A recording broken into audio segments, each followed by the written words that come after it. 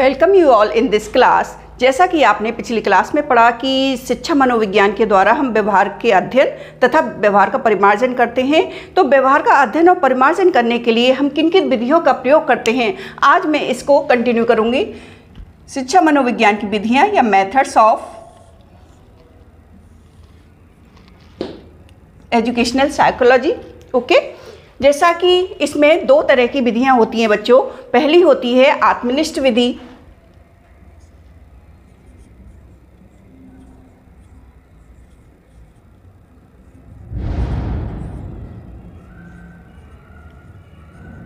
Okay, इसको कहते हैं आत्मनिष्ठ विधि को हम क्या कहते हैं, सब्जेक्टिव।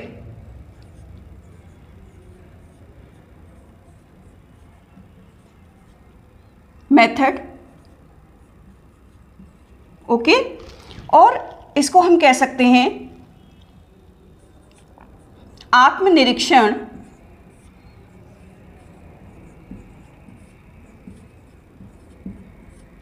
विधि और ऑब्जर्वेशन मेथड।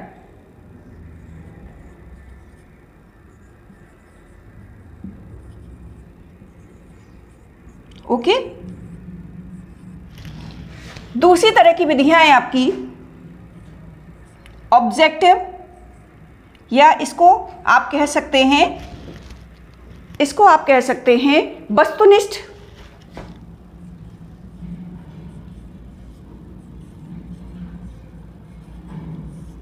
विधि, और इंग्लिश में इसको बोलेंगे ऑब्जेक्टिव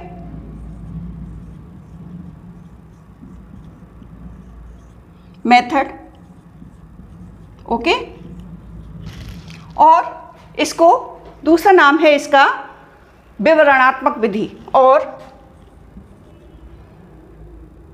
विवरणात्मक विधि या एक्सपोजिशन मेथड।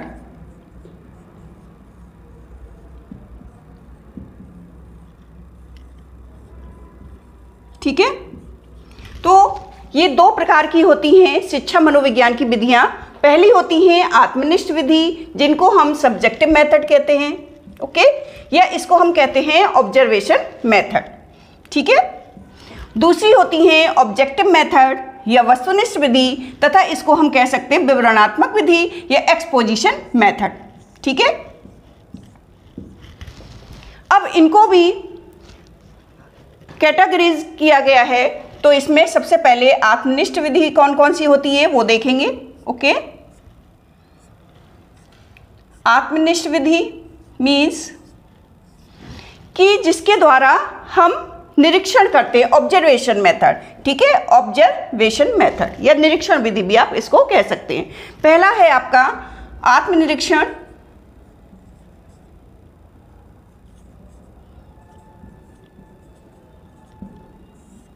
आत्मनिरीक्षण मीन्स कि ये क्या होती है, अंतर्मुखी विधि।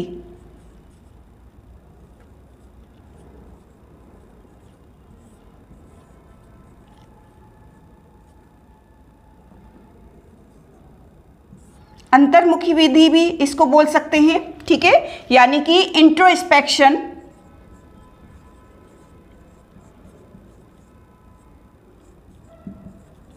मेथड।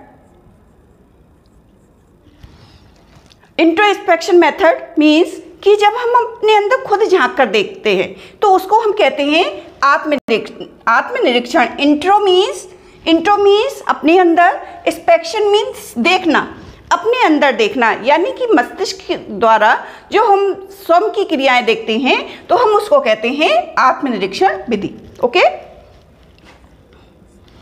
दूसरी कौन सी है आपकी, निरीक्षण विधि। निरीक्षण विधि, निरीक्षण विधि मीन्स ऑब्जर्वेशन मेथड।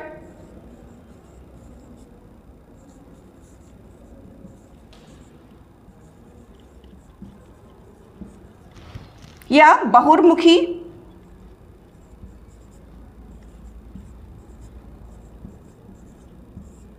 विधि। ओके, इसको बहुर्मुखी विधि भी बोल सकते हैं और इसको कहते हैं एक्सट्रोस्पेक्शन। यहां था इंट्रोस्पेक्शन, ठीक है, यहां है एक्सट्रोस्पेक्शन।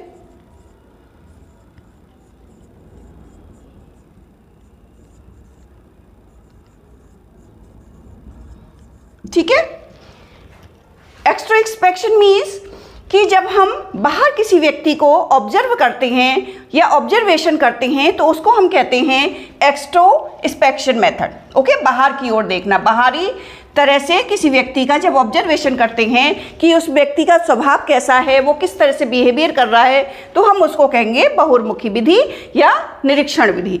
ओके, थर्ड है आपकी गाथा विवरण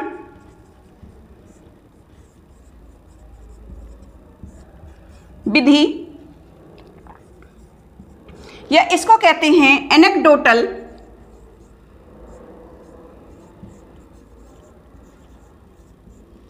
एनेक्डोटल मेथड। ठीक है, एनेक्डोटल मीन्स गाथा विवरण। गाथा विवरण मीन्स कि जब व्यक्ति अपने अनुभव किसी को शेयर करता है या अपने व्यवहार के बारे में बताता है तो एक जो है मतलब उसको एक डॉक्यूमेंट तैयार करता है जिसके द्वारा वो अपने बिहेवियर को बताता है। ओके, तो यानी कि गाथा विवरण मीन्स कि अपनी जो है उसको रजिस्टर में तैयार करता है, या वो जो है जो मनोविज्ञान जिसका जो है जो कर रहा है, वो निरीक्षण कर रहा है, उसके बारे में पूरा डेटा तैयार करता है, तो हम इसको कहते हैं गाथा विवरण विधि। उसके बाद है नेक्स्ट बच्चों क्षेत्र अध्ययन विधि। क्षेत्र अध्ययन विधि यानी कि फील्ड स्टडी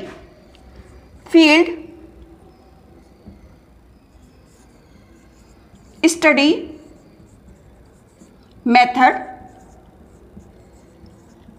ठीक है,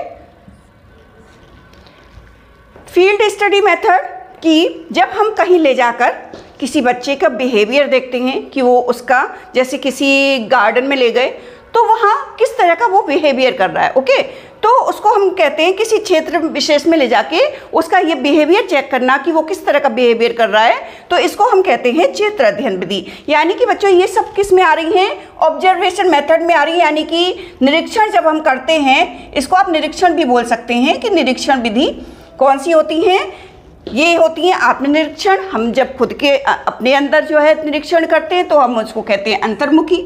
ओके, ये होगी आपकी अंतर्मुखी विवरण। ठीक है, यानी कि जब हम अपने अंदर देख रहे हैं। उसके बाद निरीक्षण विधि यानी कि बहुर्मुखी, जब हम बाहरी किसी को देखकर उसके बिहेवियर का आकलन कर रहे हैं तो इसको हम कहेंगे बहुर्मुखी विधि। उसके बाद नेक्स्ट है आपका गाथा विवरण विधि। जब हम कोई डॉक्यूमेंट्स तैयार कर लेते हैं किसी के बिहेवियर का अध्ययन करने के लिए तो हम उसको कहते हैं एनेक्डोटल मेथड। ओके, उसके बाद है क्षेत्र अध्ययन विधि यानी कि कहीं ले जाकर जब हम उसका अध्ययन करते हैं, उसके विषय में जानकारी जो है ग्रहण करते हैं या प्राप्त करते हैं तो हम उसको कहते हैं क्षेत्र अध्ययन विधि। तो क्लियर हो गया होगा बच्चों आज की जो है आत्मनिष्ठ विधियां कौन सी हैं। अब नेक्स्ट मैं आपको पढ़ाऊंगी कि वस्तुनिष्ठ विधियां कौन सी हैं या विवरणात्मक विधि किसे कहते हैं और ये कितने प्रकार की होती हैं। Okay, thank you.